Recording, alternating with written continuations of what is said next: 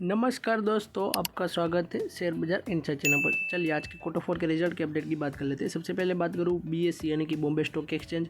Pidilite industry आप सबको पता ही होगा कि फेविकॉल से जुड़ी हुई कंपनी है, और शक्ति पंप्स, इन तीनों ही कंपनी का क्वार्टर 4 का रिजल्ट आ चुका है। सबसे पहले बात करूँ शक्ति पंप्स इंडिया लिमिटेड, तो इनका क्वार्टर 4 का रिजल्ट देखें तो पिछले साल कंपनी की क्वार्टर 4 में सेल्स थी 665 करोड़, जो इस साल क्वार्टर 4 में हो चुकी है 858 करोड़ रुपीज़।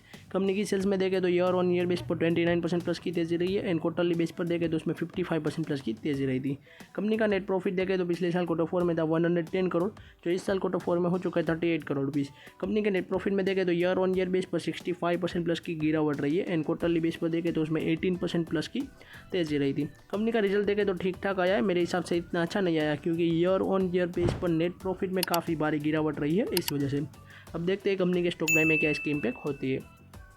नेक्स्ट बात करूँ बीएसई लिमिटेड, तो इनका क्वार्टर 4 का रिजल्ट देखें तो कंपनी की सेल्स देखें तो पिछले साल क्वार्टर 4 में थी 847 करोड़ रुपीज़। कंपनी की सेल्स इस साल क्वार्टर 4 में हो चुकी है 1564 करोड़ रुपीज़। कंपनी की सेल्स में देखें तो ईयर ऑन ईयर बेस पर 84% प्लस की काफ़ी अच्छी तेजी रही है, एंड क्वार्टरली बेस पर देखें तो उसमें भी 25% प्लस की तेजी रही थी।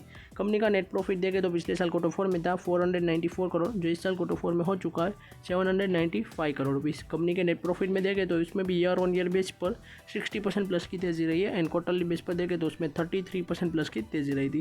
कंपनी का रिजल्ट देखें तो मेरे हिसाब से काफ़ी शानदार आया है, और काफ़ी शानदार पिछले कुछ सालों से आ रहा है। देखें तो कंपनी का रिजल्ट मेरे हिसाब से काफ़ी शानदार आया, और इनके स्टॉक में भी शायद अच्छी इंपैक्ट हो सकती है आज के दिन।